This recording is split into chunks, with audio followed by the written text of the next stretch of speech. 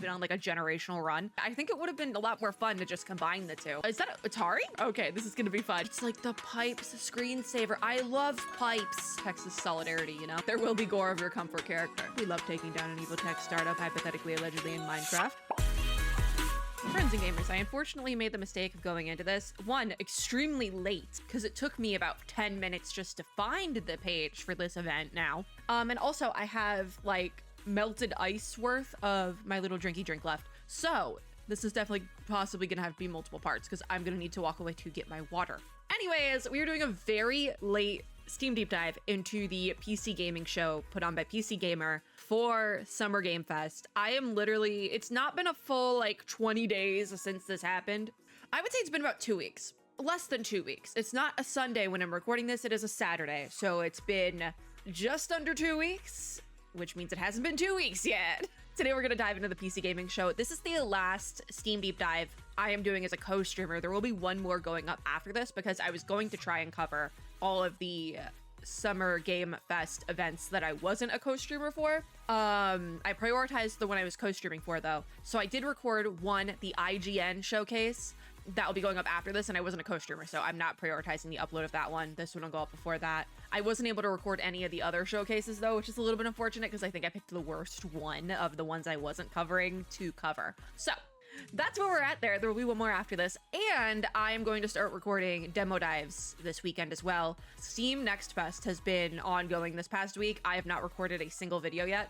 But that is because I've been extremely busy and I added more things to my schedule to make myself busier. So yeah. I've said this in the past though, right now our list for demo dives, and if you're new here, hi. Demo dive is a series we've done on the channel that has devolved into 3 to 6 games, 10 to 20 minutes each. Sometimes we do dedicated ones still, but that's usually how it goes. I use a random number generator with a list to figure out what we're gonna play for the video. With the demo dives, remember, it's not a deep dive, it's a demo dive. I wanna get as far in the game as I can, any percent style. This, however, is going to be a very long video where we go over all the games in the PC gaming show. So this is the deep dive. This is when we do that.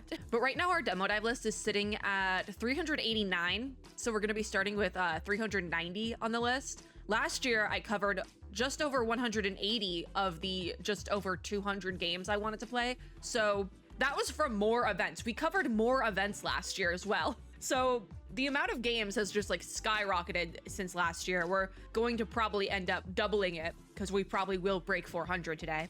And it's just, it's a lot of games. I'm gonna play them because I use the random number generator. We're gonna play them as we can. We will go over the games in the demo dives that I cannot play because the demo is gone, but a lot of times demos are still available long term, especially with some changes Steam has made in the last like year or two. So we'll play what we can and we will shout out what we cannot, but that is kind of the plan here. What are we also doing today? We are doing the deep dive, particularly because I used to do reactions to showcases, but in the last year or so, it has become an increasing problem in indie game development, but also AAA game development as well, because we will see some AAA titles today. We're starting with a AAA title, actually, but it's become an increasing problem of generative AI in video games. And say it with me now, folks, if you've been here before, you know the correct amount of generative AI in a video game is 0, none, nada, zilch. And so for that reason, we've had to switch from doing just normal showcase reactions to deep dives, where I go in and give each game an AI vibe check. How do you pass the AI vibe check, you might ask? It's very simple. Don't have an AI content disclosure on your Steam page, which means don't use AI, because if you have AI in your game, and I know, don't be pedantic about it, I know AI has been in games for years, that is not generative AI, that's the thing that makes the NPC move. I know it, don't get specific with me. I know what I'm talking about. But if you do the thing where you have generative AI in your game and then you don't disclose it, and I find out, you go on my list. You don't want, I have multiple lists, but you don't want to be on the list. Also, all the AI games get banned from my Steam. So we're gonna check over everything. What do we have today? I'm kind of hoping this isn't a super long showcase because this is the last one I have to do, and I do have a party to go to later. So unrelated to gaming, but it doesn't look like we have any categories. Like there's kind of like vague category sections, but no titles. And I don't know if that's like a glitch on the page or what. I am seeing some games that will be very fun to talk about. So yeah, we don't have any categories. We're just gonna go down the list and we're looking for demos. We're AI vibe checking and we will talk about the things as we talk about the things. Hopefully it doesn't take that long. I can't like gauge how long it takes because it's all just one giant page.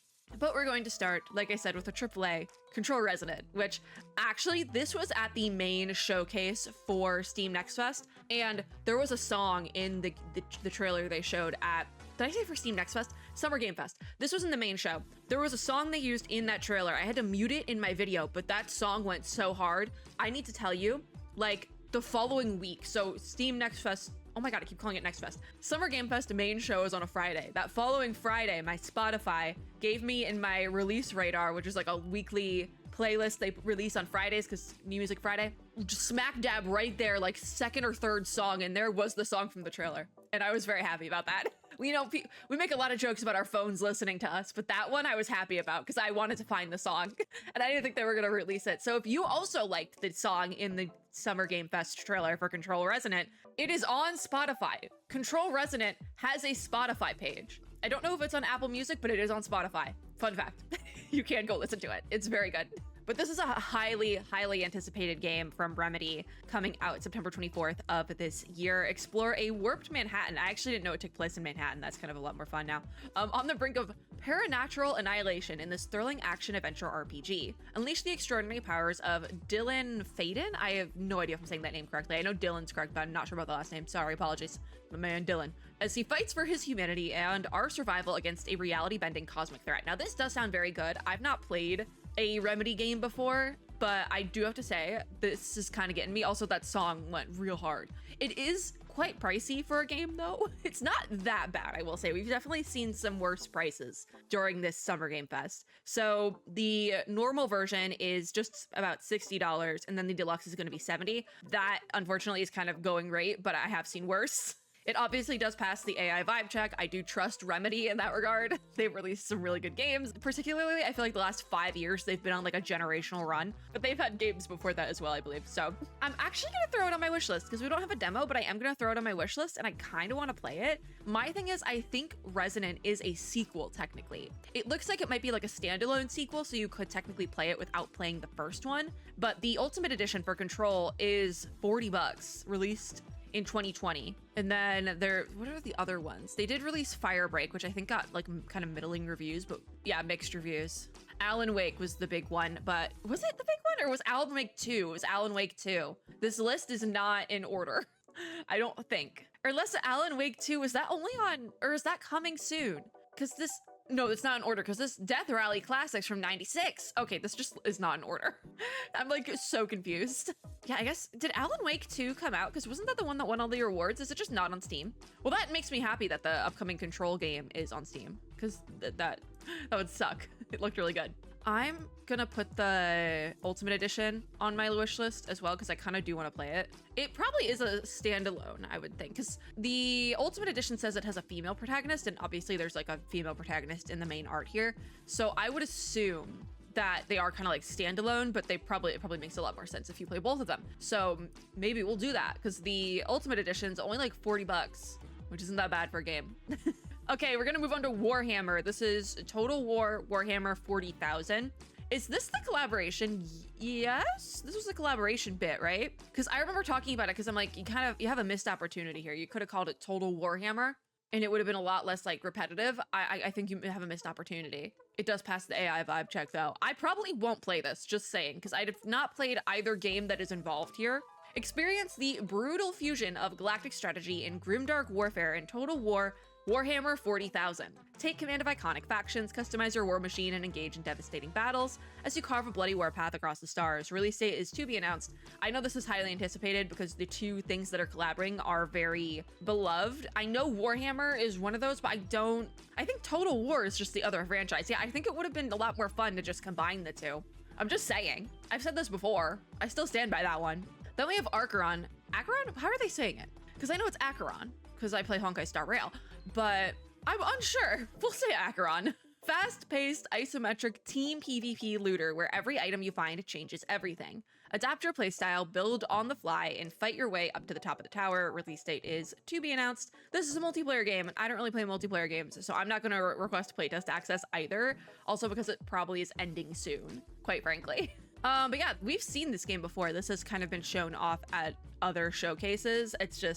it's multiplayer. I don't really play multiplayer games anymore, but I could see myself possibly liking this one, but I also just don't want to get involved in like the nitty gritty of a multiplayer game and get like flamed by a 13-year-old on the internet, you know? Just don't really want to do that as like a full adult here. It just doesn't seem fun or enticing to me. I've talked about this in past demo dives. I actually think I talked about it in the Future Games one that we did before this. We then have our first break in the page because there's kind of these like arbitrary sections that don't have titles. So our next untitled section, I just got text and it distracted me. Okay, we are busy. Thief the Dark Project Remastered is our first untitled section game. The shadows are your ally. Return to the city as Garrett. So this, oh yeah, it's remastered. Okay, that makes sense. Master Thief in this remastered classic by Night Dive Studios. So I'm going to assume that Night Dive is not the original creator. There's also a lot of like devs and publishers listed here. So this is a team effort, if you will. Pickpocket, prowl, and outsmart in a world where trust is a luxury and every stolen secret comes at a price. It doesn't sound half bad. I'm really bad at stealth games, so this is probably gonna be a skip for me, but that's fine. I'm just really bad at stealth games. I'm a little bit too anxious for them, and so I just kind of jump the gun and then I get caught. Publisher, oh, is that Atari? Yeah, Atari. Oh my god, I entirely looked over that. Okay, so yeah, it must have originally been like an Atari game or something. Yeah, okay. Passes the AI vibe check, does have mature content, but nothing crazy. Okay, yeah, like I said, I'm really bad at stealth games, so it's gonna be a skip for me, but I know there's probably a lot of people out there very excited for this one. Then we have Signet City, which this I am interested in. From the creator of Citizen Sleeper. I did not know Citizen Sleeper was involved. Okay. Fellow traveler. Okay, this is gonna be fun. I'm getting like blown up by like family group chat text messages right now, and it's like, can we not right now? I never said it. I never said I would do this. I'm being involved in things in the family group chat I never agreed to. Anyways, let's talk about Signet City. This is a first-person fungal punk RPG. You are a parasite in a city where strange technologies and radical ideas are taking root. Grow into and through its inhabitants, uncover and change their stories, and witness the terminal season of the Signet City. Release date is coming soon. This sounds great. This sounds really fun. There's no mature content warning on it, but I feel like there probably should be. And it does pass the AI vibe check, but it is like a brand new announcement. They first announced it looks like June 7th, which was the day of the showcase. So this was probably a announcement with that showcase. I'm gonna put it on the wish list for now because we don't have any other information on it, but this looks great. I think I'm really going to enjoy this one. Then we have Duskers 2.0, our first horror game of the bunch. What will you sacrifice to bring humanity back? Scavenge derelict spacecraft with your drones via a command line interface, navigating past whatever is still alive in the dark in order to save what little of humanity is left. Release date is coming soon. So this must be like the first announcements category because we don't really have a ton of information. And this passes the AI vibe check as well. I am realizing the horror tag is not in the user it's not here, but it was on the other page. I'm gonna skip this one for now just because again, it's like very early on and there's not a ton of information here. And sometimes that can work to a game's, like, what would be the word? It can work to the game, like it can be good for the game in me looking at it because I'm like, oh, there's not a ton here. I want to see more. And then other times I'm like, oh, well, I don't know if this one's for me. And that's okay. We have pipes. Oh my God, wait, this is like the screen. It's like the pipes screensaver. I loved pipes. Pipes.exe. A first-person co-op horror experience for 1 to 4 players based on the thing you think it's based on, because they can't say Microsoft in the description. Climb your way through testing environments as a low-level QA employee for quality assurance for a perfectly legitimate tech company, TM. Survive a series of simulated assignments and brutal corporate life. So it does say you can play it in single player. It is being published by Critical Reflex, and little word of advice, Critical Reflex has had some accusations against it in the past, so take that with a grain of salt. There is a playtest ongoing, and it does pass the AI vibe check, so we're gonna join the playtest. It is an auto-join one, and that is actually going to be our first demo of the video. 390 on the list. Pipes.exe. See if we can play it in single player, because a lot of times with these sort of games, what I'm looking for is, it says you can play it in single player, but how good is the single player experience, like, actually, you know? Because sometimes you go to play a single player game that is actually a multiplayer game, and it plays horribly in single player and is not fun. So that's kind of what we're looking for with that. And I use Notion for my list, so it really is kind of just like a big table, like it's a big spreadsheet. And so I have tags for things I need to put my tags in, but I haven't done this in a couple of days. So I'm like, what are my tags? I haven't recorded one of these in a couple days. Okay. But yeah, this actually looks like something I would very much enjoy. I kind of really want to play it. Luckily, it passes the AI vibe check because those sort of games, you never know. It's like the games that feel like they could be nostalgia bait. Sometimes they do have generative AI in them because the people making it don't actually care about games. They just want a nostalgia bait. This one doesn't have AI in it, so we're safe. We then have Time Strike, which is a boomer shooter, so I'm probably gonna skip it. This is a single player FPS that gives you maximum control. Stop time to dodge projectiles, rip down walls, line up a headshot, and flip flying debris into hapless enemies. There is no demo for this one, so I actually don't really have to worry about it. It passes the AI vibe check, but it does have mature content. I don't really have to worry about this one, but I will say it doesn't look horrible, and it has a roguelike tag. That's one thing about me. If you've been on this channel for any amount of time, I don't care if it's a roguelite or a roguelike, I will play it and enjoy it. So you know what? I'm actually gonna throw this on the wish list, surprisingly. The like aesthetic of it isn't really my thing, but gameplay wise, it does seem like something I might enjoy. So we'll put it in there. I do hope there's a setting to turn off blood though, just because otherwise I am gonna have to edit it myself and I will pull my hair out. I had to edit the Zero Parades video the other day. Oh my God, there's a low flying plane. That is the third one today. That is the third low flying plane that is like almost hit my apartment today. I don't know what's happening out there, but yeah. What were we talking about? El Paso Elsewhere 2. I have not played the first one, which is funny because have I been to El Paso before? I don't think I've been to El Paso before, but I live in Texas, so I know quite a bit about El Paso, but I've never played El Paso Elsewhere. More stakes, more guns, more slow-mo. James the Savage returns in the sequel to the hit third-person shooter. Escape the void, fight creatures pulled from myth, history, and imagination, save yourself. That description gave me a run for my money in trying to read it. So, passes the AI vibe check, but not the mature content one, which I don't care as much about the mature content vibe check, quite frankly, for the sole purpose that we're all adults here. I think it's important to have, but I was just looking for the first one. This one came out in 2023. Unfortunately, there's not a demo. I was gonna do a switch in, which is where if there's a demo for the first one, I'll switch it in and play that demo in place of the second one. There's not. I would like to check out El Paso Elsewhere though. I think it would just be fun, if for no other reason than Texas solidarity, you know? Maximum Thunderness is next. This is a roguelike side-scrolling co-op action game where you battle space alien criminals attempting to conquer Earth through a series of increasingly petty crimes, coming out in 2026. I'm not gonna lie, I kind of hope that there's a single-player version just because this does sound chaotic and fun, and I actually kind of like the art style for this one, I will say that. It says you can play single player and a demo is still available, at least at the time of recording this.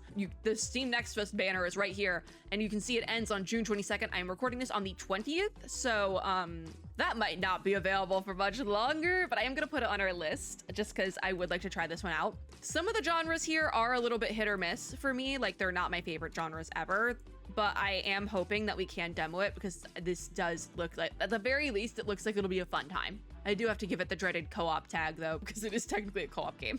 Put that in the library. I do hit the add to library button as much as I can for these demos, because if you hit it too many times in an hour or so, they will cut you off. So I do try to add them to my library as much as I can though, for the sole purpose that I know for later on if I was meant to play it at an earlier time or not. We have Sunset Summit next. This is another co-op group climbing game for 1 to 8 friends. Head out on a chill but relaxing climb with regular checkpoints, use axes, ropes, pogo sticks, item delivery drones, and more to reach the summit. Just remember to watch your step. Coming out in 2026, and it's being published by Future Friends. I love Future Friends. We love Future Friends over here. They've been very kind to me. It says single player, so this might end up going on the list as well. Passes the AI vibe check. I say, yeah, let's throw it on the list. I think the Future Friends publishing is doing a lot of heavy lifting here because this is definitely a co-op game, and I probably would not have put it on the list otherwise because it's also definitely a rage game, but I do trust Future Friends. So we're gonna give it the good old single player try. Everything we've put on the list from PC Gamer so far has the co-op tag, by the way. Every single one. Then Clown Town, an offbeat co-op party campaign for 2 to 8 clowns. So this you cannot play in single player, so this is gonna be a skip for me. Collaborate or sabotage your way through handcrafted action puzzles and evolving mini games that will have you laughing, screaming, and honking, because it's about clowns, with your friends. Release date is to be announced. There is no demo, but it passes the AI vibe check, and there's no single player options, so it's a skip for me, but this does look quite fun and goofy. good party game vibe. Carcass Clad is next. This has to be either the like brand new announcements category or the co-op category, because everything it feels like has been co-op so far. Okay, this is the one. This is a visceral co-op tank horror game from the creators of Mouthwashing. Now this is interesting because my first experience with Mouthwashing was actually at, I believe was it Gamescom 2 years ago? So in 2024, it was Gamescom 2023 or 2024 before it came out. I usually don't demo horror games, but I did make a concession because Mouthwashing looked so good. And then I did it for a demo dive. I played it. It was like, I think the first game we played for the demo dives for Gamescom that year. And I was like, this is amazing. I'm terrified, but this is amazing. And then Mouthwashing went on to be as popular as it is still to this day. So very happy to see them doing another game featuring weighty physical controls, crew the Yuxio, I hope I'm saying that correctly, with a team of 3. Fuel is limited and ammo is scarce. The city's saint, long since laid to rest, walks again, gilded and defiled. So it's a horror game, cannot be played in single player. So this is co-op only. It does pass the AI vibe check, but there is gore. There will be gore of your comfort character. It's a wrong organ game. There will be gore of your comfort character, but this looks great already. There's not a single player option, and so it's a skip for me, unfortunately. I do hope to see other people play that on Twitch or something though, because I would like to watch gameplay of it. There's certain games where I'm like, I'm just gonna watch someone else play that, and a lot of times at co-op games that is the case, just because I don't have the time.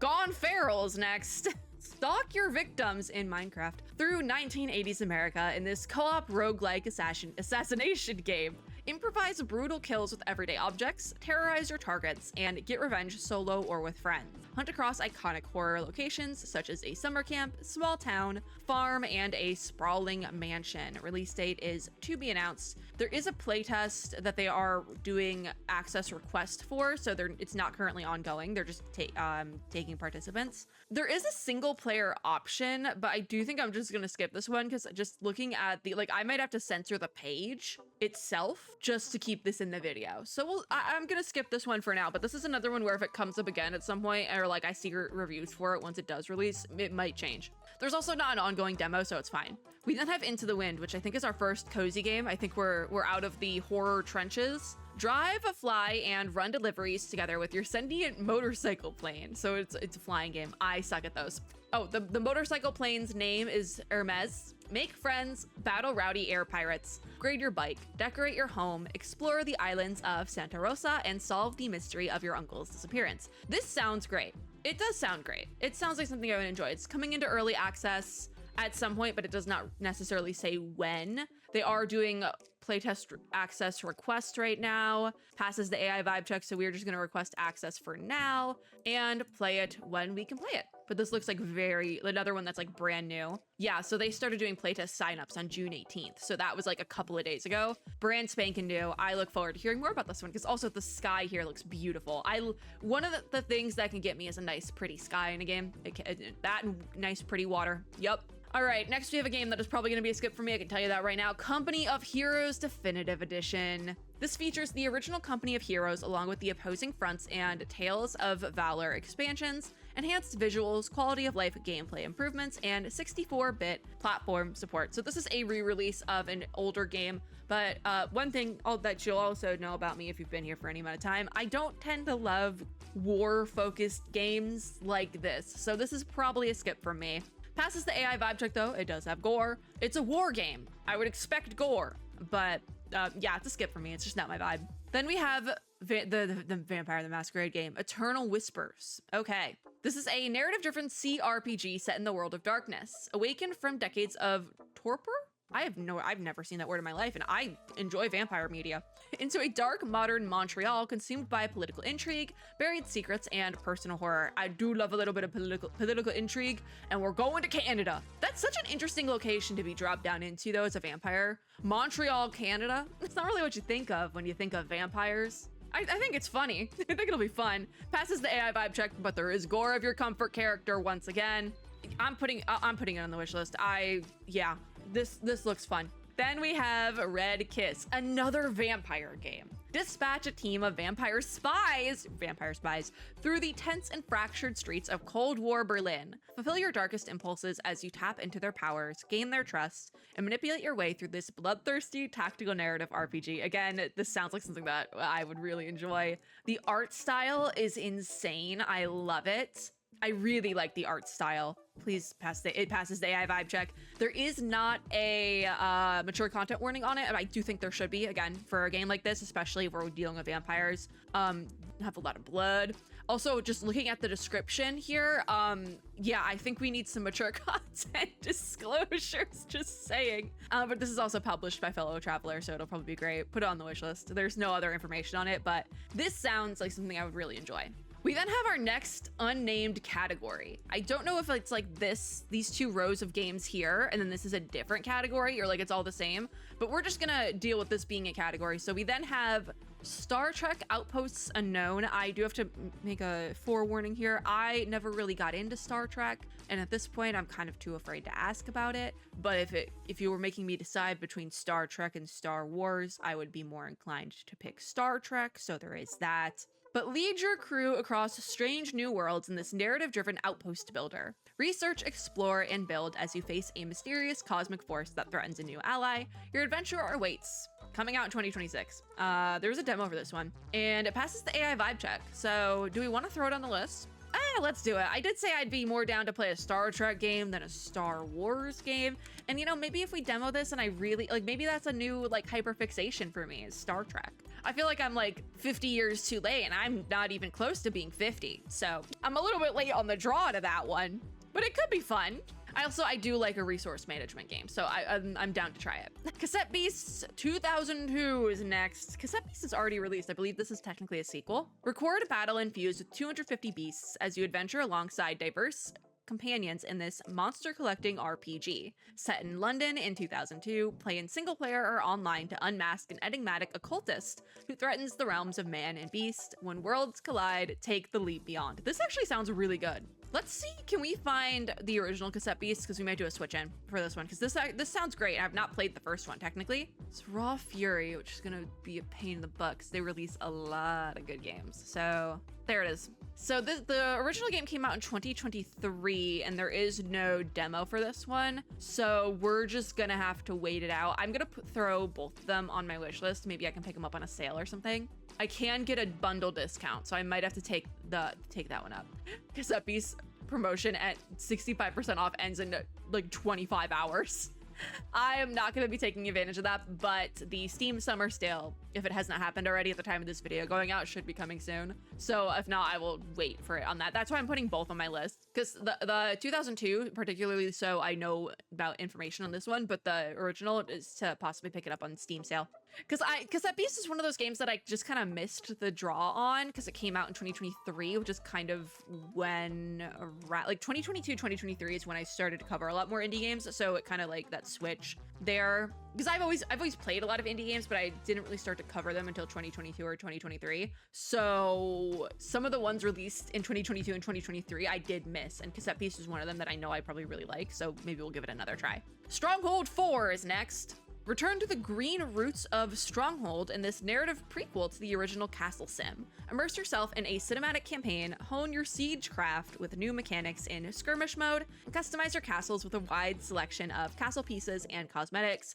Coming out in 2026, I never played the original Stronghold games. Again, I think it was probably just before my time. This is coming out in early access, and it does pass the AI vibe check. So we're gonna do a little bit of looking around and see if we can do a switch in, possibly. There is one demo available.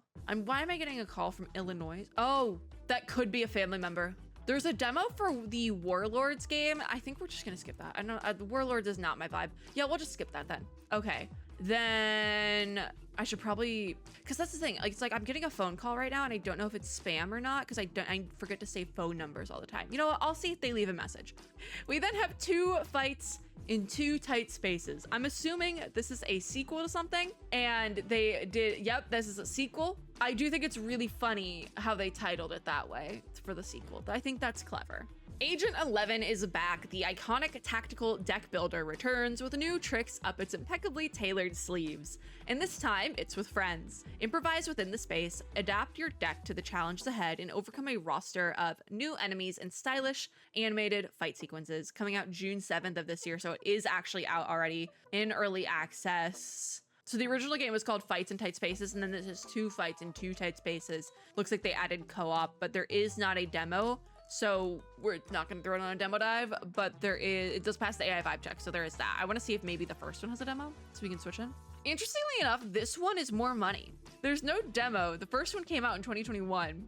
Oh, maybe because this one, the 2 Fights in 2 Tight Spaces is in early access. So it's less money. That makes a certain amount of sense. Okay. We move on to Sated, and I see roguelike tags, but it also is published by Critical Reflex, so there is that, unfortunately. Gurgling messes of flesh live beneath. Oh dear. They seek to be sated. Your cursed fridge beckons. Spin the wheel and choose revolting ingredients in this roguelike inspired cooking course from the very depths of hell. Leave your customers satisfied or become the meal yourself. So this is another one of those like absurd horror roguelites that we've been seeing a lot of. Like there's been like a couple of like poker ones and like, is it Clover Pit? Is that the one that keeps getting people demonetized? I think it's that one. I say that and I've demoed it. So the video just hasn't gone up from when I demoed it because I'm so behind in editing. They're doing playtest requests, so we will request access to the playtest for this one, but there's nothing else we can do with that for now, so I'm just gonna have to wait it out and see if we get playtest access at some point in time. Then we have Another Door, which this looks like something I would enjoy. It is multiplayer though, so that might be a problem. Another Door is a multiplayer turn-based roguelike with monsters, despair, risk, and betrayal. Hide your intentions, bluff to survive, and bet on your luck. Will you back out or venture through another door? Bomb bomb! Coming out in 2026. There is a demo for this one, and there is also a sidebar demo. In this case scenario, they're probably the same demos, but a lot of times if there is a demo on the sidebar of the Steam page, it's usually a past version of the demo. Unfortunately, this cannot be played in single player. It is online only.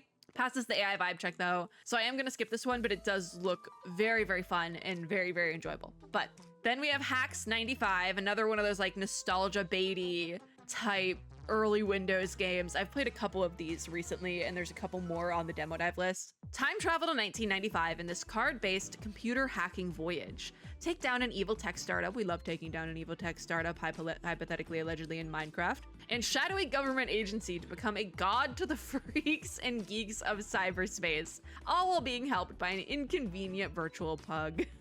All right, that's kind of cute. I feel like I might have to edit around this one because there's definitely some parts of it that seem like it could get me demonetized, but it does pass the AI vibe check. There is a demo available, so we are gonna give it a try just because it seems fun. You also kind of got me with the little pug guy. I love that type of dog. My dog is a French bulldog, so I love the little smooshed in face guys. They're my favorites. That's my little guy. That's like Toto's cousin. But yeah, cool. Wardens of Avalon, the last for this arbitrarily placed category, restore the former glory of a corrupt Camelot in Wardens of Avalon, an action RPG set in a dark Arthurian world. We might have seen this before already. This sounds and looks quite familiar. As a new member of the Twilight Knights, establish your fiefdom, explore, craft, and gear up for thrilling adventures against the fallen Knights of the Round Table, alone or with friends. Coming out 2027, so our first game that is being released next year that we know of. They're doing playtest requests right now. It does pass the AI vibe check, so we're gonna request access, and actually with this one, because I'm actually quite interested in it, we are also going to throw it onto the wish list just so we can get a little bit more information on it. So that was the last one for this arbitrarily placed untitled category, and then we move on to our next arbitrarily placed untitled category, starting with a game we have talked about during Summer Game Fest already, and a game that I have a little bit more information on that I can talk about, because this is Exodus. Now, I talked about this in the Future Games show video as well as a little bit in the main show video because I was able to see an early preview of this game on the day of Summer Game Fest, like the main show, and then this was shown off the following 2 days. So Exodus is a sci-fi action-adventure RPG where you become the Traveler, leading humanity's fight for survival against the Celestials. Face our evolution 40,000 years in the future, explore extraordinary worlds, and confront time itself to shape the fate of generations. This one's coming out in 2027. I believe it's early 2027 if I'm not mistaken, but don't quote me on that. And like I did say, I was able to get an early preview of this from Archetype, which I think it's funny for me because Archetype is based in Austin and I'm also based in Austin. So it's kind of funny because they're like up the road probably. But yeah, I'm very excited for this game. Passes the AI vibe check, and I do believe, at least what I know about Archetype, I do believe they're not, I don't know if they're anti-generative AI, but I know they don't, or at least what I saw, they seem to be kind of against it. So it does have mature content though, and that is mainly probably from the fact that you can romance the characters in the game. So yeah, it has to kind of have that mature content warning if there's romance involved. Also, there is swearing, so I think that also plays into it. The extended preview that I got to see early is available now. It's extended gameplay reveal. It's really cool. If you are into like narrative heavy RPG single player experiences, I would recommend looking into Exodus. It looks really, really good. And it's one of my like very highly anticipated games for 2027, just because of what I saw from it. It looks really good. I did talk about it a little bit more in the previous deep dive though, so it is there. We then have Beasts of Reincarnation, which I don't remember, but it is on my wish list, so we have seen this before. Oh, it's the Game Freak one! Oh yeah, okay, that makes sense.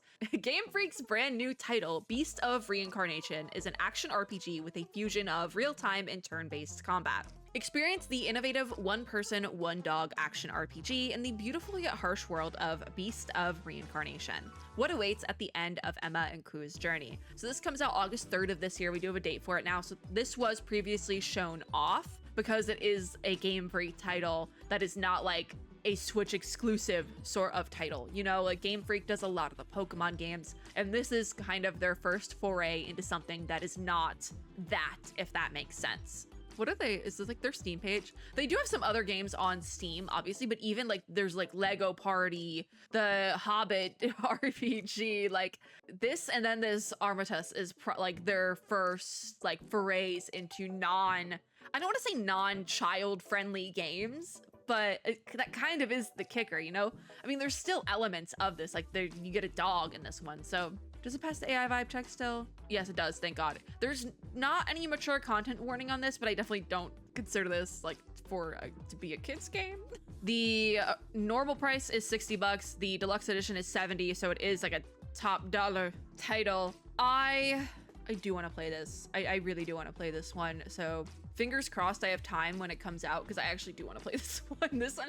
I've been waiting for this one kind of in the background, and it feels almost like shadow droppy to have a release date now, because I've heard nothing about this since it was first announced like last year or something. So that's like kind of wild. Then we have Outward 2, which I have not played the first one. This is a challenging action RPG with survival elements, focusing around a grounded experience. There's no hand-holding, no scaled encounters, no divine blessings to make you tower over your enemies. Eat your meal, check your map, grab your backpack, an unforgiving, rewarding adventure awaits. Coming out in 2027. Now, I know a lot of people are probably like hearing that description, reading that description, and are like, oh, this is totally for me. No hand-holding? Who needs hand-holding? No.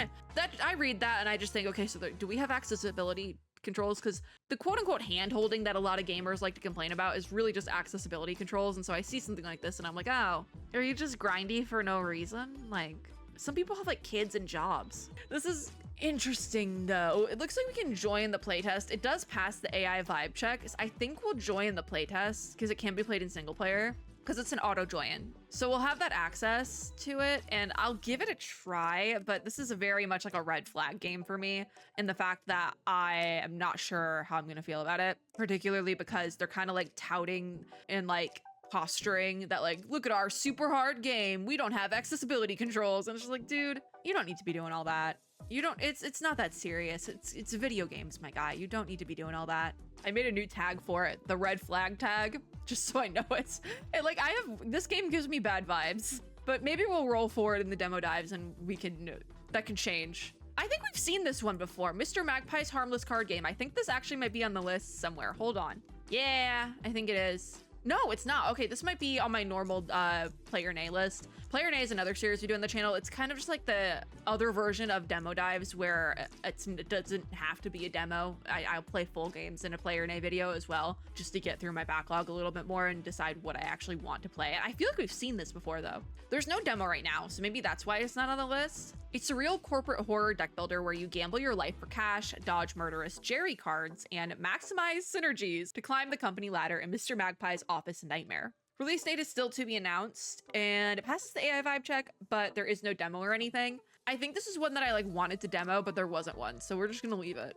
Then we have War Dogs, which is I think one we've seen before in this summer game shenanigans season, but I think I said it was a skip for me because I don't like war games, and it's still gonna be a skip for me because I don't like war games. This is a tactical all-out warfare FPS, in all caps, mind you, where 100 players split across 3 teams fight over the control zone. Yeah, so I remember this now because I was like, oh, it's a battle royale war game? No thanks. Set in the derelict industrial mountains of Eastern Europe on a destructible battlefield where teamwork pays and cash is king.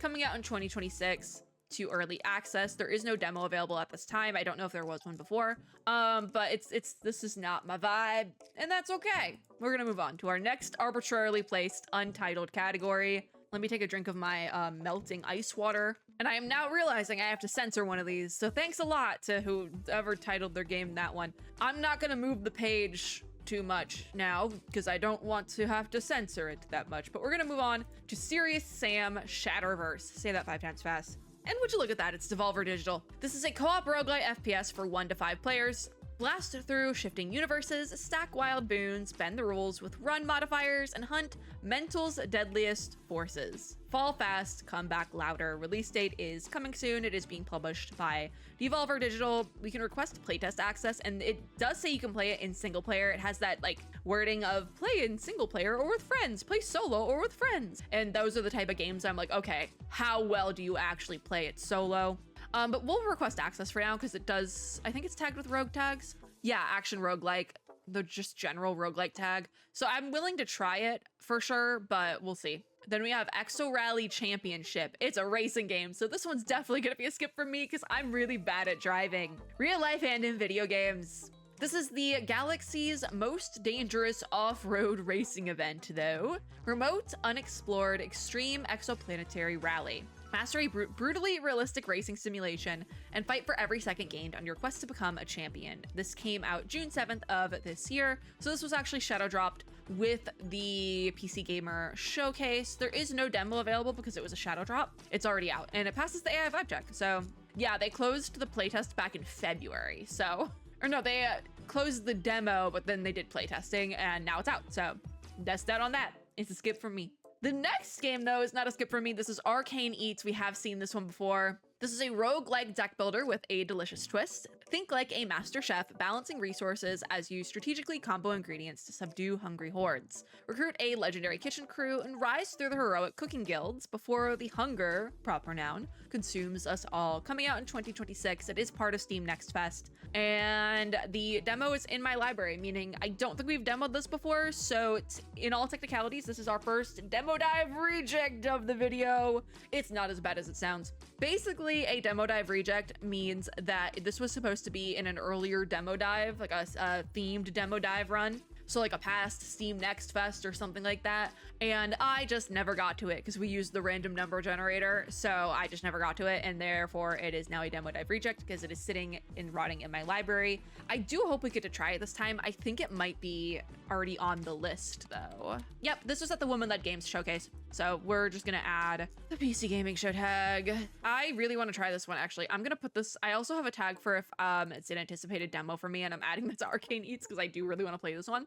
Yeah, I hope we roll this one and I hope I get to play it this time because this has been a contender for the demo dives multiple times now, and I really want to play it. We then have Ascenders Beyond the Peak. This is a turn-based exploration roguelite where survival is vertical. Lead a team of alpinists to recover ancient artifacts from cursed peaks, prepare your expedition, evolve your climbers, master rope mechanics, and face H.P. Lovecraft-inspired horrors within the mountain. Coming out Q3 of this year, so very, very soon.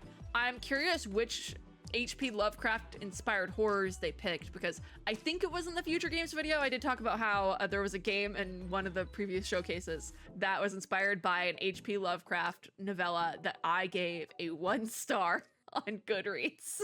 So whenever it comes to Lovecraft, I do have to say, Lovecraft himself, a horrible guy. If you look into it, horrible dude. He had some good ideas though, I will give him that. But yeah, I think we might put this on the list just because I have read some HP Lovecraft. I was going on like a bender of trying to read a bunch, or like even just listen to the audiobooks for a bunch of classics, but I realized I did a bunch of that at the beginning of the year, like in January and February. I fell off doing that, and then I haven't read like anything all year because the next things on my list were these classics, and so I took all of them off my audiobook list, every single one. So we're no longer doing that. Sometimes you just need some good old romantasy slop and to go about your day. So I have read some Lovecraft though, so I think it could be fun. I'm very hit or miss with HP Lovecraft because, like I said, horrible guy, but had some great ideas in terms of literature. So I think if we take his ideas and give them to other game devs, could be fun. Could be a good time. Is this a horror game technically? No, I wouldn't say it is. Okay. Is it co-op? No, I'm not sure. Just as family sharing. We're just gonna leave that as it is. All right, moving on. Abiotic Factor. Is that a DLC? Is Cosmic Companions a DLC? Abiotic Factor, I was like, where have we seen this before? This is one of those games that I think kept coming up at the end of the year Game Awards. Not just the Game Awards, but like Golden Joystick and all that last year. And I'm like, I've never played this game. I know nothing about it, but it kept coming up. This is a survival crafting experience for 1 to 6 players set in the depths of an underground research facility. Caught between paranormal containment failure, a military crusade, and chaos from a dozen realms, the world's greatest minds must survive against the universe's biggest threats. This came out July 22nd of last year, and I'm unsure what the thing is. Okay, so on June 7th, they did announce the Entropic Break DLC. So Cosmic Companions must be the previous one, and then they are doing a new one in Entropic Break, the story DLC. That's fun. Passes the AI vibe check. I figured it did because we've taken a look at Abiotic Factor before. There is no demo available for this one, so it's not going in the demo dive, obviously, but I probably should try this one because it keeps coming up. We then have About Fishing, which there's a demo for this one. It's in Steam Next Fest, and I think it's on our list already. Cast your line into calm waters and feel the quiet pull beneath the surface. Each cast brings rewards, but some things you reel in were never meant to be found. Coming out in 2026. There is a demo available, but it's not on our list yet. It's not on my library. Hold on. I do think this is a demo dive reject in all technicality. I believe that this was something I meant to play in the past because I have seen it before. Either that or I was just like waiting for information on it. Yeah, it's not actually on our list yet, but I do think this is technically a demo dive reject. That or we're waiting for a demo. I'm unsure. I think we're just gonna throw it on the list. It's an anticipated demo. Well, I'll say that because I remember this one. It might be a reject as well though. This might have supposed to have been in a previous demo dive list, and it's a new demo, so it's not the demo that was in my library, and you know, I'm not gonna list it as a reject. I actually think I have a tag for this.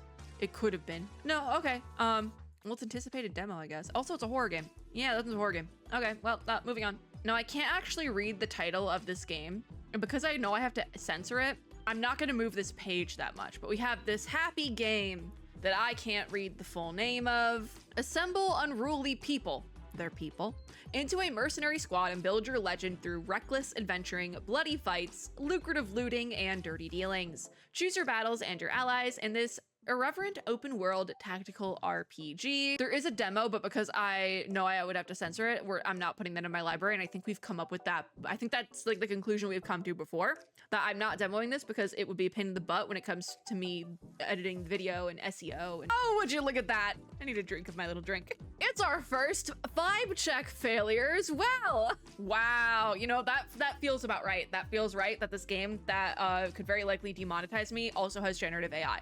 That feels right. The developers describe how their game uses AI-generated content as so. Quote, "We used AI to produce the translations from English.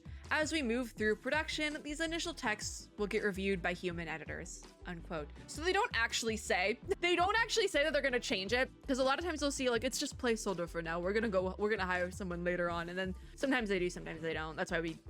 That's why I don't play games that previously had AI generated content, for the sole purpose that sometimes they do take out the placeholders, sometimes they don't. It really depends on how much you care, because that's the thing it comes down to at the end of the day. If you're using AI in your game, you don't care about the process of making a game, which making a game is very expensive, so I don't know why we're doing this.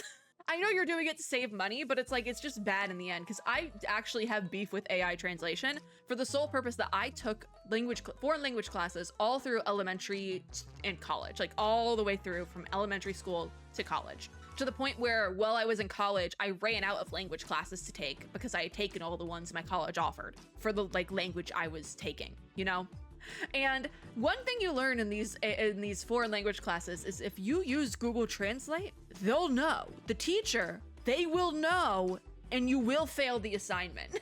And also, if you've taken any language class, you know that the machine translation sucks. Like, it's so bad. You have to like finagle it. I've had to finagle Google Translate to get like a singular word in Chinese, like the characters for it sometimes, if I don't have the keyboard on whatever device I'm using. And it's a pain in the butt because it's like, you have to like do like a direct translation, and it's just, you have to know what each character in the word means, because then it's so bad. It's so bad. So whenever I see game devs and just people in general using AI to translate now, I'm like, what are we doing? This is such a bad idea. And it is lazy at the end of the day. And in this situation, a lot of times you'll see, oh yeah, we're gonna replace it. We're gonna hire actual translation and localization later on. This is just for now. This time they're like, yeah, we're gonna review it. If you don't speak the language, what do you mean review it? How can you review it if you don't speak the language? You don't know what it says. You don't know if it's correct. Language particularly is so cultural and so personal to so many people that I do think you need physical people to do localization. You cannot have a machine do it because the machine is not going to understand those nuances and things like that in language. And so I just think it's lazy. But it does make a lot of sense that the game that could very likely get me demonetized for language also uses AI. But now I have a reason to hate it. You, sir, are getting banned. Moving on. I'm actually gonna refresh the page so that I don't have to worry about scrolling past it again. Yeah. I will say, it's not giving me numbers. Like a lot of times if you have a game ignored, like I just ignored that game for AI, it'll say like 1 ignored right up here, or like it should say that here, but because there's no like headers for the categories, we don't have that. So I don't know if there's any other games that I've already ignored from other showcases that also use AI, but that's the first one particular to the PC Gamer show that uses AI. So that's our first vibe check technically for the day. Moving on to Valheim. A brutal, I thought this had came out already. I was like, this sounds very familiar. It's because it's been out. A brutal exploration and survival game for 1 to 10 players set in a procedurally generated purgatory inspired by Viking culture. Battle, build, and conquer your way to a saga worthy of Odin's patronage. Came out February of 2021. It is still in early access. I'm wondering if they're doing a 1.0. They are doing a 1.0. Good for them. 9th of September 1.0 release. Good for them. I love to see games come out of early access. That's so good for them. Especially games that have been in early access for quite a while. There's nothing wrong with being in early access for multiple years. I actually think be in early access as long as you need to release the game in a state that you are proud of. And so it's just always just nice to see games that do that and take that time coming out of early access, because it's like, look at you did it. Passes the AI vibe check. It probably should have a mature content one. Based on the fact that it is inspired by mythology, probably should have a mature content warning on it. That's not always the case with things inspired by mythology, but a lot of times it is. I do love some mythology. There is no demo for this one though, so we're gonna skip it, but I probably would like it. I don't know though, it's survival craft, and sometimes survival crafting games are a little bit tricky for me, especially because survival crafting games you're supposed to play in co-op. It's that situation where the co-op game can be played in single player, but it doesn't actually play that well in single player. That situation, yeah. I'll put it on the wish list though. I've heard the good things about this game. We then have /0, which is already on my wish list. I have already demoed this game. It is in a previously recorded demo dive. I love this game. This is one of my highly anticipated games right now. Like, /0 is a side-scrolling action roguelike game. As a time hacker, your job is to travel across timelines and explore a cyberpunk world, use combat skills and strategies to piece together the truth, and take down the Lord of the Void. It's what you seek, the truth. Release date is still to be announced. As you can see here, I do have playtest access, but it's not active, and that is because I've already recorded the clip for this one, and it will go up in a video eventually.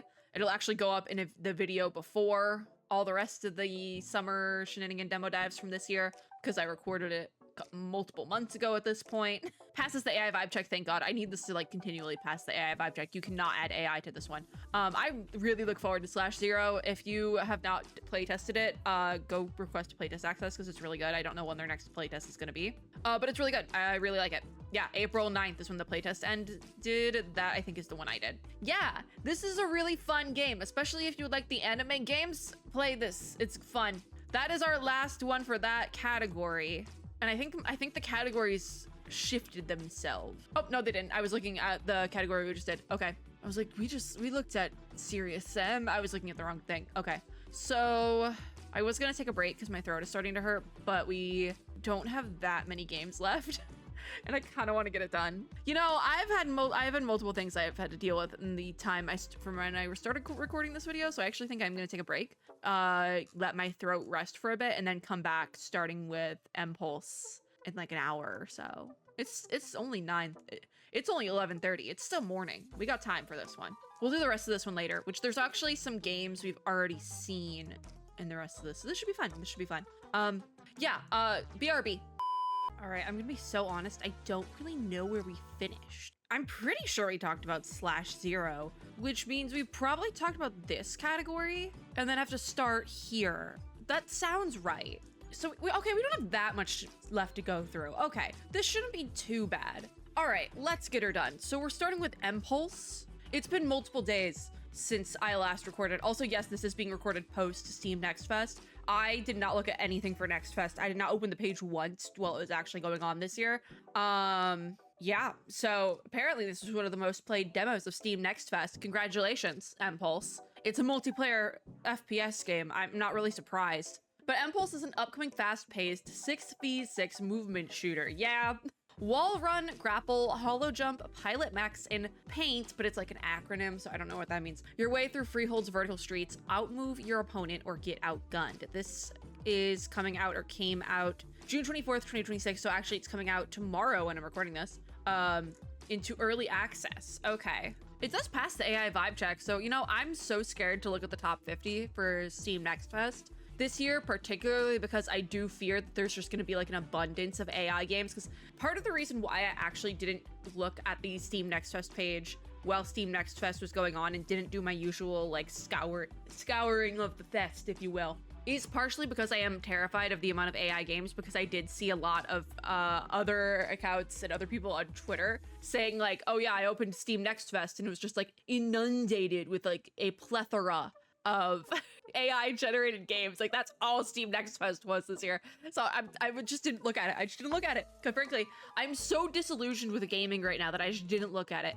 And this has nothing to do with Impulse, by the way. This is just the first game that we're talking about that has the Next Fest banner. I do need to record that top 50 video, but okay, thank you for refreshing me to the top of the page, PC Gamer. You're so awesome. You and your AI games, because this showcase did have AI games. Anyways, Planet Zoo 2, which is not the game we were supposed to look at next, but the page refreshed itself, so this is the one we're looking at now. Build a wider world and Planet Zoo 2. That really, I struggled to say that. Create distinctive zoos around the globe filled with awe-inspiring animals, including fully aquatic and flying species, before taking your experience beyond the zoo to release your animals into expansive wildlife reserves. I think we saw this at another showcase recently. I don't know if it was Endix or Mix, or like it could have possibly even been like woman-led games or something, but I don't think it was woman-led games because I am editing that video right now and I don't think we've talked about it there. But I know we have recently talked about this one, and I did have to give it the props that the releasing the animals into the wildlife reserves, I did have to give it props for that one, because certain zoos do give me a little bit of the ick, because it's like, are we sure we're treating the animals right? Aquariums as well. I've never played a Planet Zoo or like Planet whatever type game, like the roller coaster Planet. Never played any of those. So I'll probably skip this one, but I do appreciate the wildlife reserves thing. I have said that in the past, and I will repeat it. It passes the AI vibe check, which is always a little bit impressive for games that are triple and or double A adjacent even. Bare minimum bars on the floor. The bar is not in hell yet, but it's very close. It's kind of wedged into the ground a little bit. But this is coming out October 13th of this year. It's $50. I remember talking about this because it's $50 for the normal edition, and then the deluxe edition is $65. Because I originally said it was 70, and I was like, no, it's 65, which is weird. It's a little weird. My bit is there's DRM on it. Why would you need DRM on a sandbox game?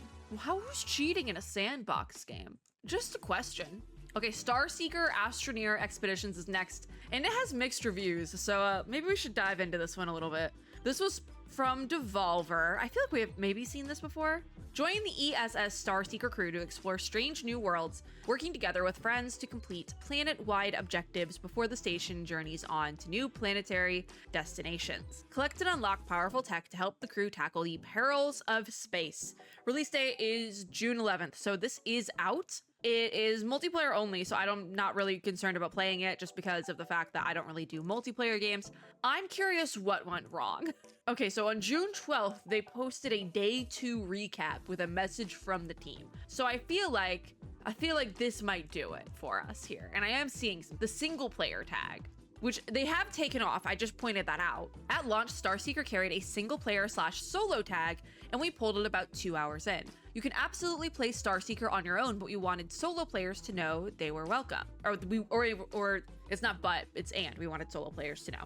But the game is built as a solo but shared experience, and single player set the wrong expectation for what that feels like. As somebody who plays mostly single player games, I am kind of mixed feelings on this approach, because when I see that, like, I purposely go into games that have the play solo or with friends marketing attached to it, because part of what I want to see is, can you actually play it in single player? So I appreciate them kind of being like, hey, you probably shouldn't. The answer to that question is like, no, you can play it in single player, but should you? Probably not. But then that also kind of coincides with, like, it kind of is opposed to, we wanted solo players to know that they were welcome. Because also the answer to that question is, can you play solo? No, you're not welcome.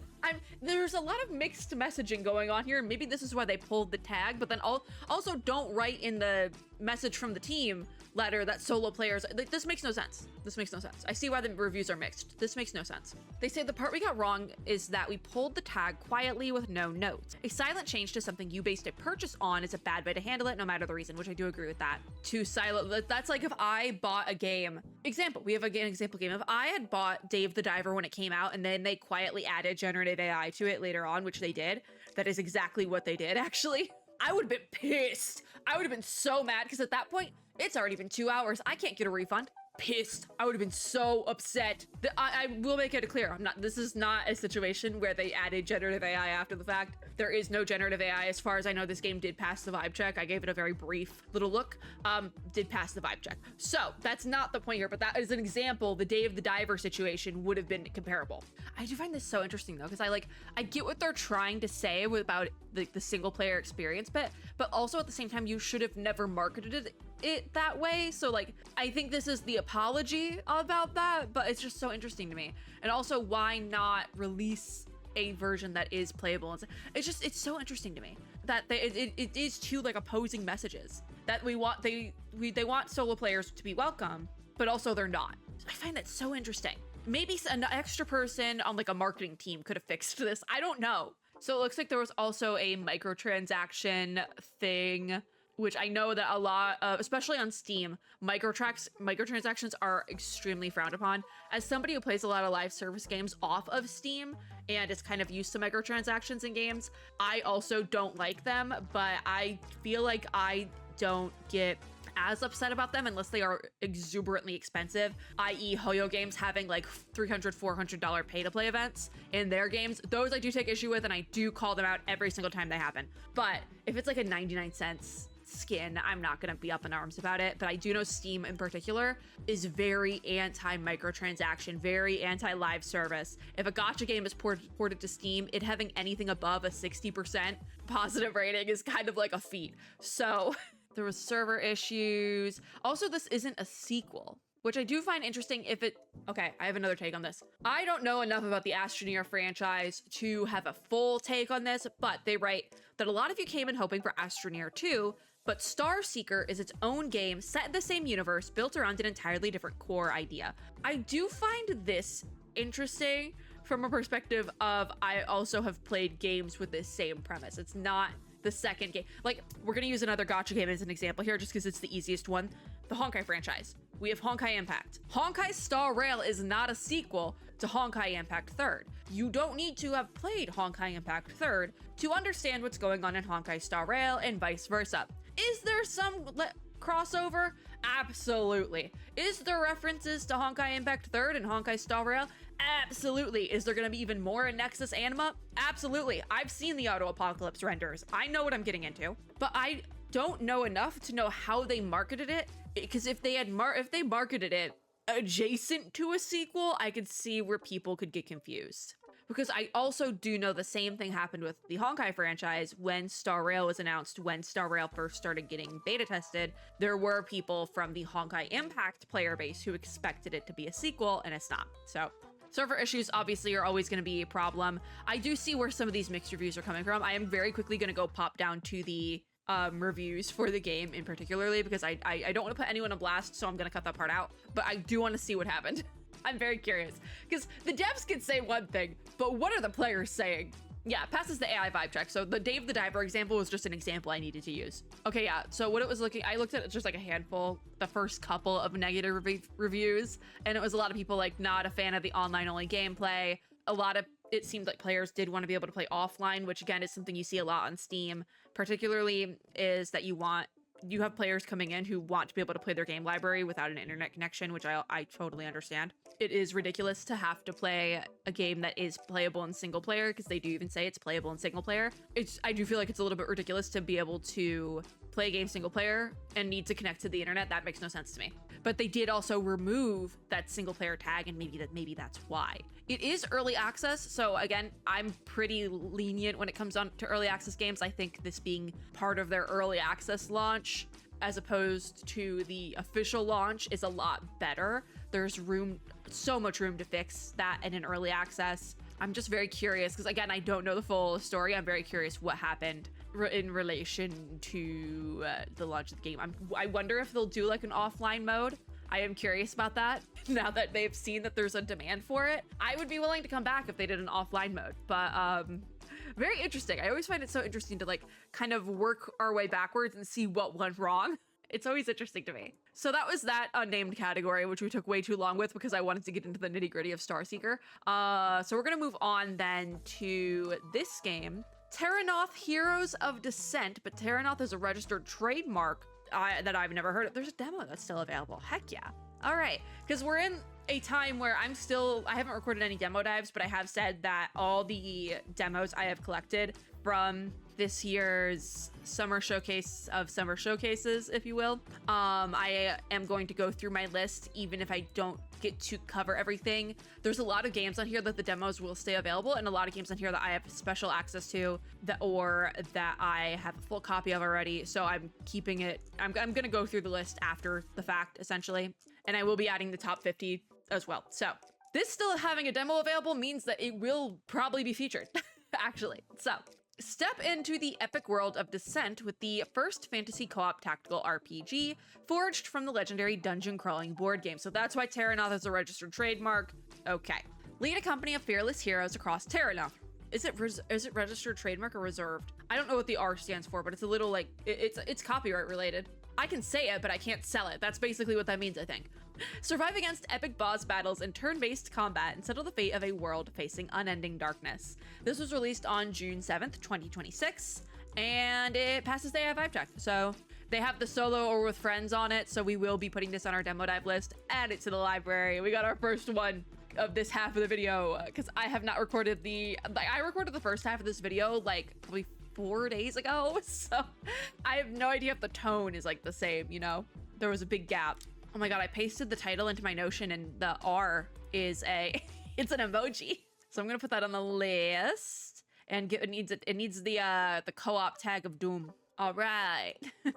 The co-op tag of Doom, because it can be played solo or with friends. So this is the sort of thing I was talking about, where a lot of these games that market themselves as co-op or with friends, co-op with friends, oh my god, solo or with friends, I like to put them in demo dives or player name videos, particularly so we can see, can you actually play it solo or not? Oh, the page refreshed itself again. All right, thanks, Steam. You know, it is Tuesday evening, so there's a very strong chance that the reason why Steam keeps refreshing the page while I'm on it is because it's trying to update the app, and I'm not letting it. Anyways, After Quest is next. This is a fast-paced roguelite RPG with tactical turn-based combat. Build your party by choosing 3 heroes from a growing roster, experiment with endless build combinations, and experience a character-driven story where defeat only makes you stronger. And this was not the art style I was expecting, but I absolutely do love it. Oh, I love this. There's very little screenshots here, which means it's very early on, but I mean, I love an RPG. I love a roguelite. I love turn-based combat. I kind of love this. This is going on the wish list immediately. First thing, if I scroll down and there's an AI content warning on this, I'm gonna be so sad. Release date is to be announced, so we really don't have a ton of information on it yet. And thankfully, it does pass the AI vibe check. I would have been so sad.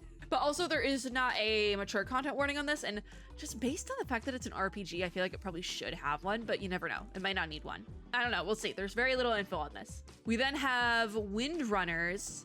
This is a high-speed bullet hell dogfighting roguelite where you start as a lone pilot, turning each flight into a fight for freedom. Face the ruthless technotheist realm, proper noun, so that's like their world, I guess. Take on relentless fleets and colossal bosses and let your victories ignite a growing resistance across the star system. This is coming out September 23rd of this year. This does sound pretty cool. Usually if something involves like Space Invaders-esque combat like this, I am a little bit opposed to it. There is a demo that's still available, which is awesome. And it passes the AI vibe check. So I think we're gonna throw this on our demo dive list as well, just because this looks fun. Also, you got me with we're fighting the technotheist realm. I'm very intrigued by that. I don't think I have to explain what technotheism is, but my understanding of it, just from like a very base, like broad overview situation, if you've never heard of this word before, think like technology as a religion. So I do find that interesting. It's kind of like back to at what point do robots become sentient? That sort of like, do androids dream of electric sheep vibe, which I do always find very interesting. Especially now that we actually have like sentient AIs or like partially sentient AIs. I find it very interesting to like examine that from the perspective we have now. Whereas when like Blade Runner or Androids of Electric Sheep, blah, blah, blah, came out, that was very far off. And now it's kind of like, oh, it might not be as far off as we thought, actually. I find it so much more interesting because now it's like a very relevant thing to be dissecting, you know? I'm intrigued by this one. I hope we can play it. Then we have Void Breaker, which I feel like we have seen before because this did come out last year. Fast-paced bullet hell roguelite FPS. Does that right? It just has that at the top of the description for some reason. You're making my segue here kind of suck. Fight relentless machines driven by a hostile AI. Hopefully that is fantasy AI. We'll check in a second. Escape an endless cycle. Craft infinite weapon variants with deep gun modding. Forge deadly synergies. Carve your way out through enviro destruction. Break the system, break free. All right, this came out August 19th of last year. It is still in early access. They do have a demo here with progress transferring to the full game. They do tag that there, like that right there, which I do think is a good thing to have. They have some creepy text. It does pass the AI vibe check, which means that the AI in this game is not a chatbot per se, but it is a character that was created by a person. Probably some coding involved because it is like a bullet hell. So like it's probably, there probably is some like AI coding, but not like vibe coding AI coding, but like the type of coding that controls the NPCs type of AI coding that we've had for years that people do like to get pedantic about. But this doesn't really seem like the sort of thing I would play. I will say that. There is a demo available though, and for fear that we're gonna run out of Next Fest and Summer Game Fest demos to actually play, we'll give it a try. We'll put it on the list. And actually, congratulations to Voidbreaker. Voidbreaker is the coveted number 400 on the list. We finally broke 400. I said we would do it in this video, and that honor goes to Voidbreaker, actually. Congratulations, Voidbreaker. You are making my computer lag.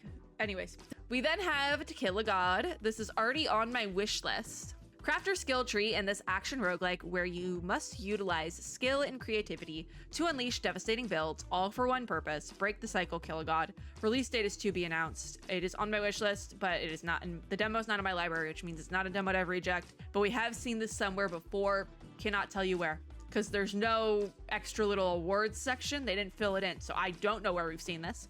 Do they have any? Okay, so there was a demo back in January as well.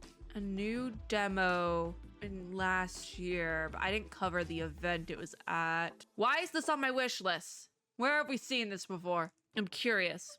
I don't think we're gonna figure it out though. The screenshots I'm seeing look really good though. I do think it's funny they call it the death spiral. That's a figure skating thing. Very fun. A little scary, but very fun. I'm not going to explain it. If you want to know what death spiral is, Google it. Google it and come back to this video. I've done that before. Yeah, I don't know where we've seen this one before. I can't find it. It's on my wishlist though, and there is a demo available, so give it a try. The art, the pixel art looks great. I'm a sucker for good pixel art. My poor Notion is really going through it. That's what 400 entries on a list will do to you. Okay, so that was the end of that category, and now we are in our final category. Thank God. We've seen some of these games before. This shouldn't be that. Actually, I think I've demoed one of these before. Okay, we're starting with Virtue and a Sledgehammer. Another Devolver game. Go back to your hometown and tear it down with a sledgehammer in this narrative exploration game. Pretty straightforward, I would say. Confront your past in a devastating story about feeling like you no longer belong in the place you grew up. This is coming out in 2026. I'm actually quite intrigued by this. I'm happy there's a demo because this is actually very interesting to me. This does pass the AI vibe check, which is great. I do find this very interesting, especially because as soon as I graduated high school, I moved to a different state entirely. So I do feel like I'm going to be able to relate to this narrative in a certain way, because where I live now isn't perfect. I do look back on like where I grew up and the environment I grew up in, and I have like a lot of opinions about it. And while I don't necessarily regret it, I do think like the no longer belonging in the place you grew up, I haven't been back since. I've been back like a couple times in the first couple of years, but like I haven't really been back there since. So I do think that this is something I'll be able to relate to and then cry about. So, because like during like I think it was probably like 2021 or 22 or something, I was scrolling on TikTok and I randomly came across the account. Like it was just served to me through the algorithm of somebody I did go to high school with, and it was just like entirely different lives. If I had to like, they were doing like an apartment tour or something, and if I was thinking to myself, it was just like gray, beige, sad apartment. And I was thinking to myself while watching this, like if I had to live in that apartment, if that was my apartment, I think I would just like cry because it looked so sad. And like the clean girl aesthetic, I was like, that you do you. If you enjoy that aesthetic, if you enjoy that vibe, that life, go for it. But I don't. I have figurines and like colorful things all over my apartment, and I'm like, my house is gonna look the same way in like a week or so. And it's just like, I could never, you know? I had to buy a little gray fluffy bed for my dog because that's all the furniture store had in stock. And I felt so bad for him because I was like, it's gray and sad. I'm so sorry, Toto. I love you. We'll get you a colorful bed. But yeah, I hope we can demo that. It's just wild to be like, we do not live the same life at all. And I would not want to live your life. But that's like, that's what so many of the people in that area, it's just wild. It's wild to think. Okay, we're moving on to Shroom and Gloom, which I do think is a fun name. Gather and grow cards in Shroom and Gloom, a moody first-person roguelike double deck builder. I've never heard the term double deck builder before, and I'm so curious to find out what that is. Bursting with fungal foes and mountains of mega combos. This is coming out Q3 of this year. There is a demo still available, thank God, because I need to find out what a double deck builder is. I'm so curious. Passes the AI vibe check, because I love one deck builder, but now we have two? Sign me up. I also do think the name Shroom and Gloom is really fun because it's like doom and gloom, but with mushrooms. So I think it's real. I think it's a nice pun, if you will. I like this one. I need to know what a double deck builder is as well. Then we have Locator, the search for Abigail Ladari. I think that's how you would say that. This is a GeoGuessr inspired narrative detective puzzle game set on an alien planet, which, you know, I'm surprised it took this long to have a GeoGuessr inspired RPG on the market, which is technically not on the market yet, but I'm surprised it took this long because I've always like GeoGuessr speedruns.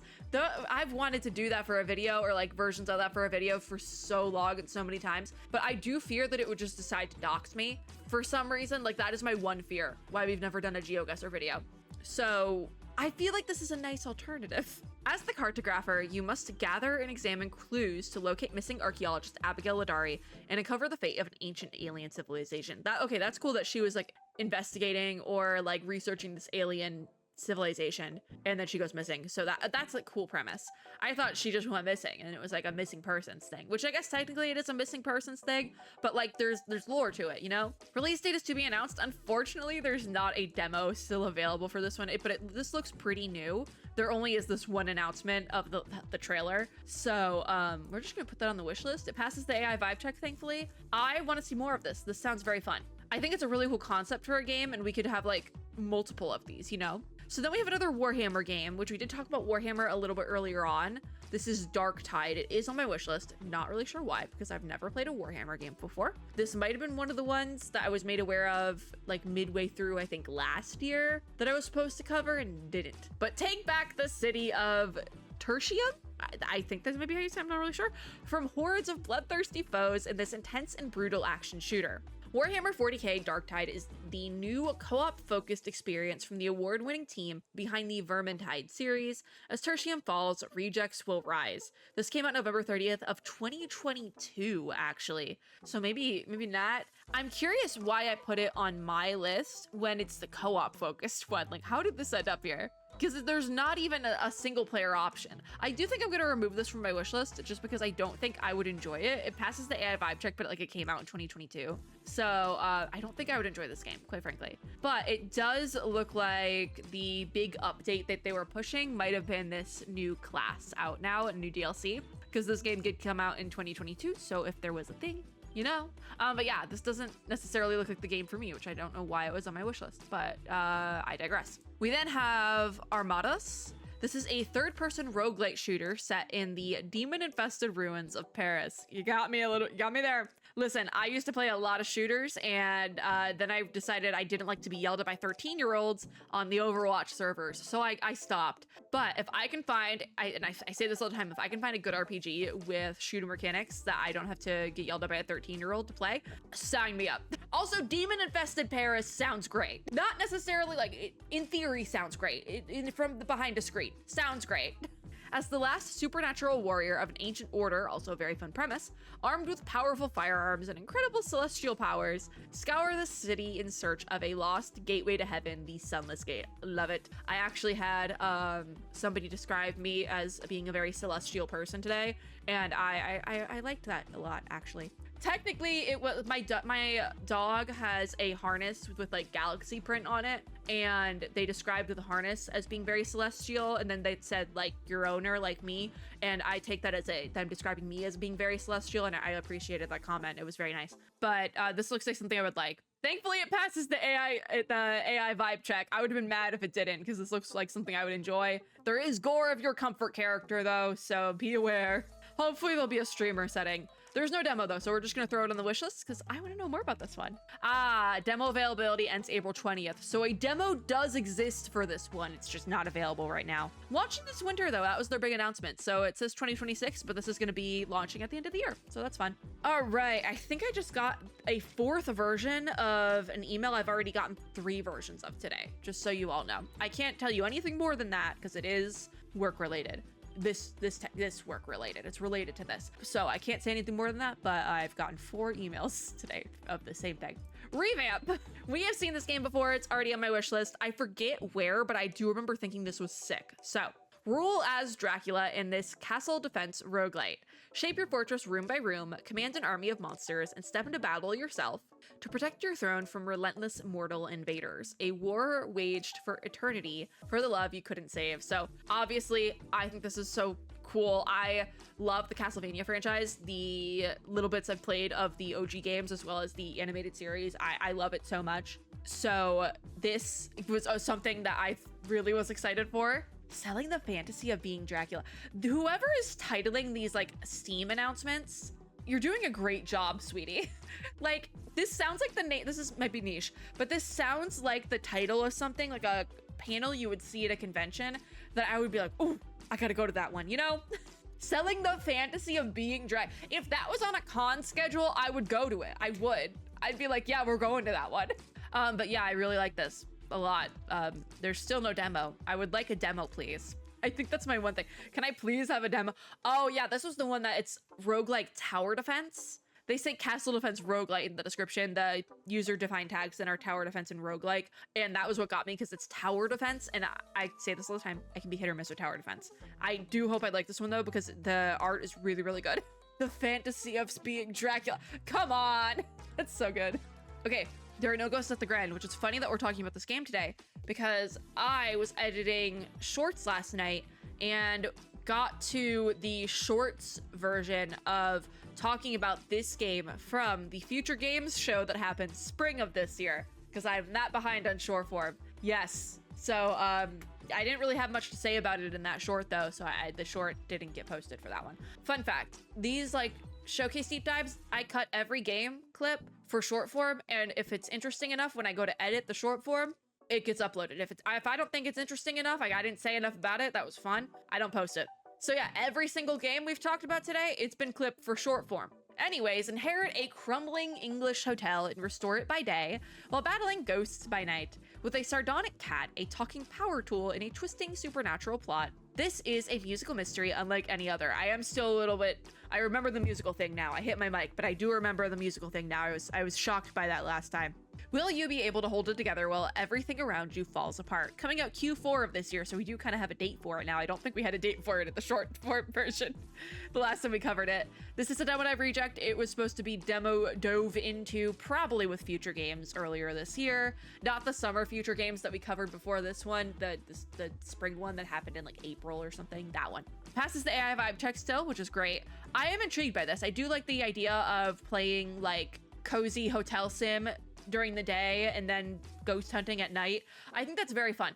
The part of it that I don't know if I'm gonna like is the musical aspect, because I'm not really a musicals enjoyer. There's a couple ones I can get behind. I wish I liked them more, but I think it's the fact that I grew up figure skating. And so one thing you'll learn is that like 10 years ago in figure skating, a lot of the exhibition programs you would see were just like musical numbers. Like people would take songs from a select handful of musicals and just skate to them. And so I never saw the musicals as a kid, but I knew all the words to every song because I couldn't escape it. You hear those songs at practice because people have to practice their programs and you go insane. So like Wicked, Phantom of the Opera, never saw them until like many years later, but I knew every word to almost every song. And so for that reason, I kind of go insane when it comes to musicals and not in a good way. So I don't know if I'm gonna like this game because of the musical aspect of it, but you know what? That is what the demo dive is great for, to see if it pisses me off or not. I hit my microphone a second time, but this time it was with the pen I had in my hand for emphasis. My Notion froze. I'm trying to get this on the demo dive list. It made 2 entries for this game, so I need a 405. No Ghosts at the Grand is 404. I need a 405 just because I don't want to just delete it. I keep trying to add tags to things on my list and it just won't add the tags. So that's fun. I gotta give this the reject tag. It's not bad to be a demo dive reject. It just means you were supposed to be in a different video. Speaking of demo dive rejects, Wielders of the Essence is not a demo dive reject because I recorded a demo dive clip for this many a month ago and it's just sitting in the backlog. So this is incremental base building horde survival. Short runs earn your resources to construct buildings, which unlock new powers, troops, and spells. Every run pushes you forward, even if you die. Delightfully chaotic and surprisingly chill. And you know what, as somebody who's played the demo, I do have to agree with that. I do think it's delightfully chaotic and surprisingly chill. As you can see, it's on my wish list. That was added to my wish list after I demoed it, so obviously I liked it. Like I said, footage is sitting in my backlog. Eventually it'll hit the channel, but it's sitting in the backlog for now. Coming out November 5th of this year, which I have been making jokes because 10 days after my birthday, I believe, GTA 6 is coming out, and so no one wants to drop games in November. And I'm like, come on, guys, I need a birthday game. And this is close enough, November 5th. This is 4 days before my birthday, and I like this game, so I might consider this my birthday game this year. It's the unfortunate side of GTA coming out the same month as my birthday, as I don't have a fun birthday game, especially because I'm not really looking forward to GTA 6. Yeah, demo that is currently available is different from the demo that I played because it's not in my library, but I have demoed this one. It's very fun. I actually, because the demo is still available at the time of recording this video, I do recommend y'all check it out because I actually really liked this. I'm curious how much it's going to cost at release because as somebody who creates content around indie games, I do get games sent to me for free a lot. I'd be fine just buying this one because birthday game I usually just buy. So like last year, my birthday game, funnily enough, last year my birthday game was Vampire Survivors on PC, not on Switch, because I got a free copy of the Castlevania DLC, but it was for PC, not Switch. So I just bought a copy of on PC. I played it on Switch, so I just bought it for Steam so I could use the DLC. So that was my birthday game last year, Castlevania Vampire Survivors. Yeah. But this is a very fun game. I do recommend it. Then we have Pawn, or P-O-N, but I'm gonna call it Pawn. This is a co-op superhero horror game where you're just another low-level thug in the criminal underworld.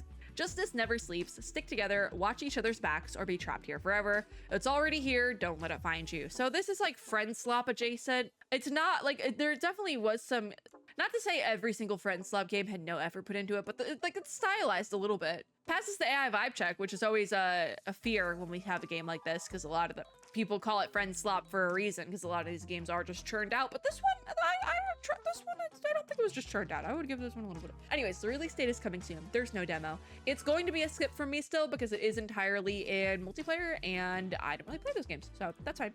We then have second to last game, Spell-Sided, which was not expecting this style or gameplay at all from the banner art, but I'm extremely intrigued. Play as a fully customizable magical die, where each of your faces casts a different spell. In this dice builder strategy RPG, every step is a puzzle of your own design as you discover, combine, and sequence spells to reshape the world around you. But will your talents be worthy of the tabletop, proper noun? Release date is to be announced. There is a demo, thankfully, because I want to play this a lot, actually. And it passes the AI vibe check, which is great. This looks so cute. I love a good voxel pixel style, because it's not necessarily pixel, because it's a little bit like thicker, so it's definitely more voxel. But I love that. The lighting as well looks great. I am so super intrigued by this. I was not expecting it to look like this based on the banner art, like I said, but even looking at the banner art a little bit closer, the title here is kind of pixelated as well. So I should have seen it coming. We're gonna put this on the list. I hope this demo stays available because I do really want to play this one. This looks super fun. Am I probably gonna rage over the puzzles a little bit? Yeah, sure, but it looks fun. Spell-Sided, and that is number 405 on the list. I did have a 405, thank God. Lastly, for today's deep dive, we have Remothered Red Nun's Legacy, which we have actually talked about before. This is actually part of a trilogy, I believe. I've not played any of the trilogy. I am gonna protect my peace and probably won't. But a kidnapping, a desperate mother, and a shadow from the past collide in the final chapter of the trilogy. It says it right there. A modern return to classic survival horror with an Italian Neo Giallo twist. Master retrocognition, mirror abilities, and moth manipulation, which does sound cool, I gotta give it to you, to uncover the truth behind the Red Nun. This is coming out sometime this year. There is no demo, which thank God I don't have to worry about a demo dive for it then, and it passes the AI vibe check, not the mature one. There's a lot of stuff in this game, but we have talked about this one before. I'm gonna protect my peace because if I play this one, then I have to play all three of them, and I don't want to do that to myself, quite frankly. And that is it, friends and gamers. We made it through the entire PC gaming show, and with that, this is actually the last Summer Games Showcase I'm covering. I have to do the Steam Top 50, or the Next Fest Top 50 through Steam. I have to do that video, but we made it through the PC Gamer Showcase. Unfortunately, because there is not titles on this one, like I said at the top of the video, I can't tell how many games we have banned. I can't tell how many games have gotten the AI ban hammer. I do think it was at least 2 though. So a little bit unfortunate. This showcase is not going to be in the top 3 this year. I believe our top 3 of the showcases I covered, because I did rate them this year in terms of how many AI games you got. So basically, the less AI games the showcase had, the higher it ended up ranking. So I think tied for first was Wholesome Games and the Mix Showcase.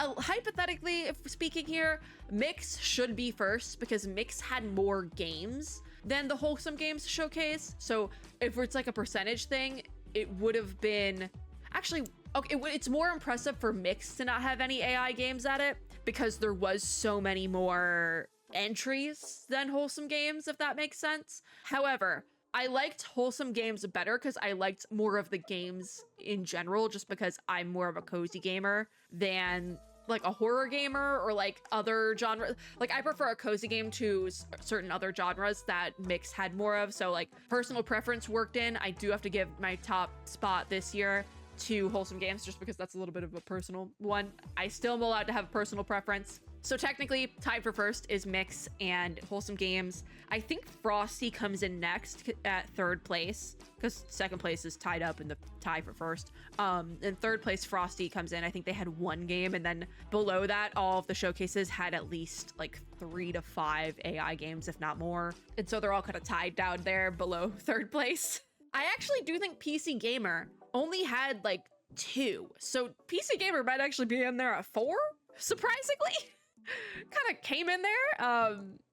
I don't know the final count though, because they didn't put in headers on these sections. And so the header has the information for how many games I've ignored. So also, I say there was only like 2 AI games, but there could be more that I've just already hidden. So I don't know. That's the only reason why they don't get spot number 4, technically. It is on a technicality and I make the rules, so it can be on a technicality. But yeah, this is technically our last showcase we're covering, because I am recording this after the IGN one when I thought I'd have more time to cover more, but the IGN one will be going up after this, and you can see me really rage because the IGN one was really bad when it came to AI, if I remember correctly, so you'll see me really get mad about that. But yeah, I still have so much to do with the Summer Games shenanigans. I will probably have all this wrapped up, hopefully fingers crossed, right before Gamescom, and then we get to do it all over again for Tokyo Game Show, and what do you know, by then we're already getting into Game Awards times, so woo, that went by quickly. That's gonna be it for this video. Thank you guys for watching, and thank you to the teams over at PC Gamer and Streamers Connected for having me as a co-streamer, even if I did have some opinions. If you like this video, make sure to give me a like down below, as well as subscribe for more, and hit the little notification bell to be notified when I upload new ones. Also, in those comments down below, let me know what you are most looking forward to, but remember, keep it cute, keep it classy, keep it cordial. Unless you want to rant about some AI-generated games, then go right ahead. Just don't get yourself banned or like a community guideline strike. Don't go that far. But if we all want to collectively rant in the comments, be smart about it, but go collectively rant in the comments. But as always, I hope everyone is having a super lovely day wherever you are in the world. You know I always say it with these videos. Go play an indie game, and I'll see you all in my next video. Bye, guys.